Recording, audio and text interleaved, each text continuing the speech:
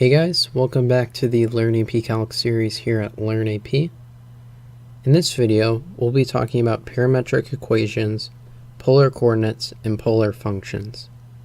Note guys that this stuff is only for BC Calc students, so if you're in AP Calc, you don't need to know this.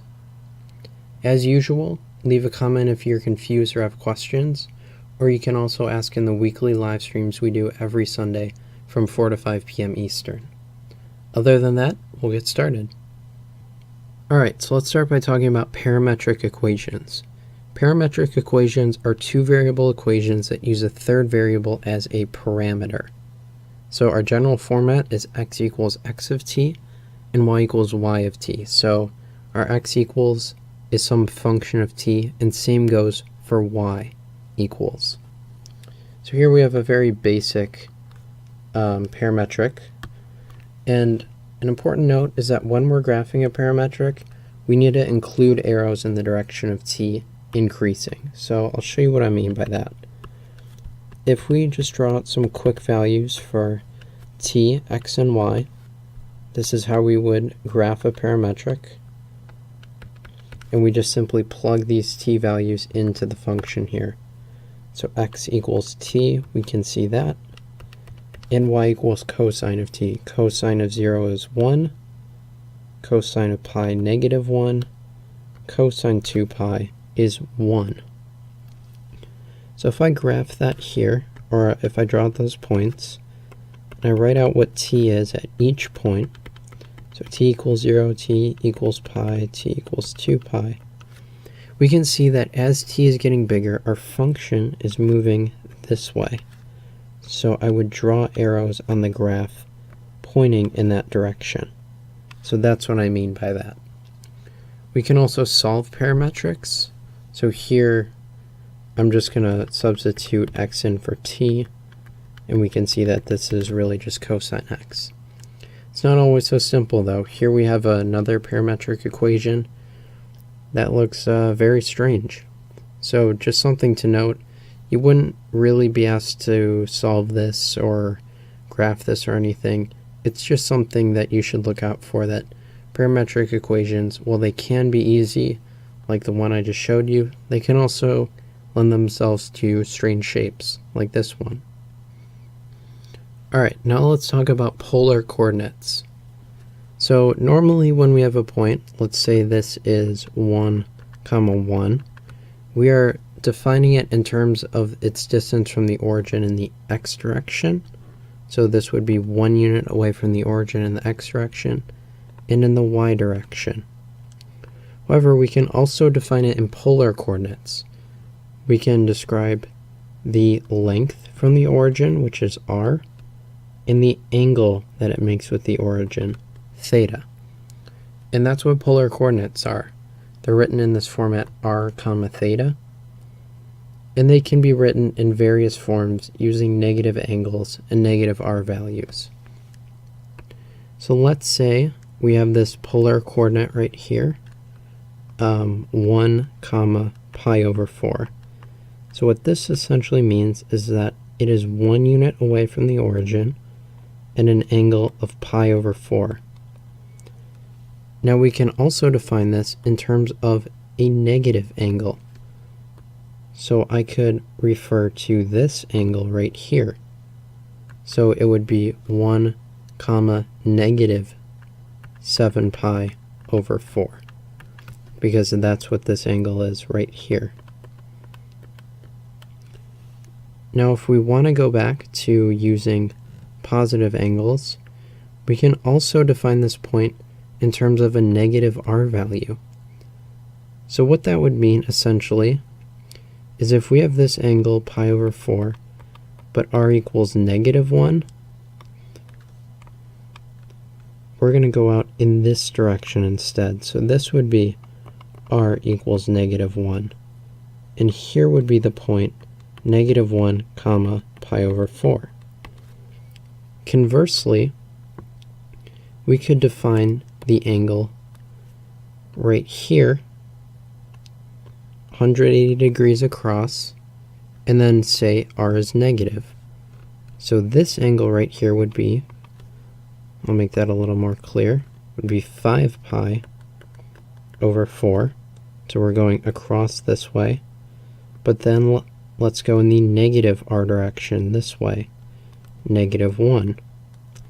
And this would lend itself to the point -1, comma 5 pi over 4. We can also define this angle negatively, which would be -3 pi over 4. So I could also write this point as -3 pi over 4. So I can write polar coordinates in terms of a combination of negative r values, positive r values, and negative angles and positive angles.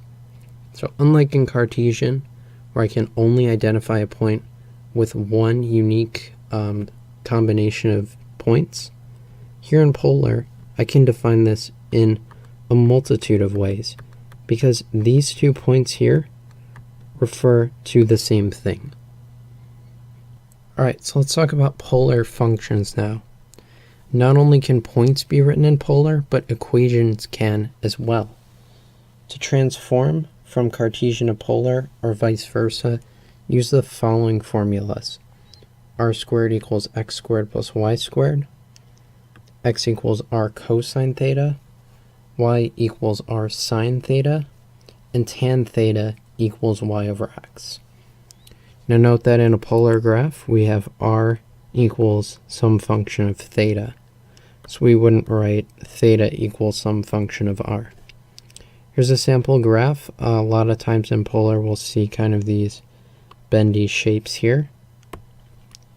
But oftentimes not. If we had just say theta equals pi over 4, I'd simply just have a straight line, because theta is always equaling pi over 4.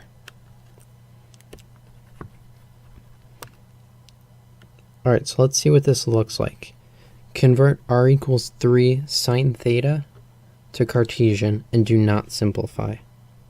So pause your video, unpause when you're ready to go, and you can use these formulas right here to help.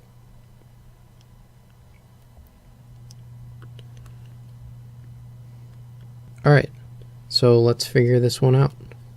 So if we have this function here, r equals 3 sine theta, a good way to transform into Cartesian is to multiply both sides by r. So we get r squared equals 3r sine theta. Now if we look here, we know that this right there is this, which is y. So we get 3y on the right, and this r squared here becomes x squared plus y squared. And that's what we're left with. A lot of times when you convert to Cartesian, you're not going to get a function. Alright, let's do another problem.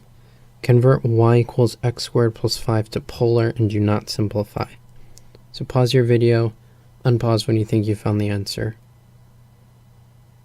Alright, so there's a couple ways of doing this, and the first one would just be direct substitution for x and y.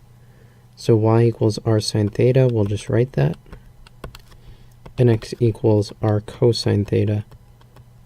We will just write that, square it, and add 5. If you really wanted to get fancy here, we could add y squared to both sides.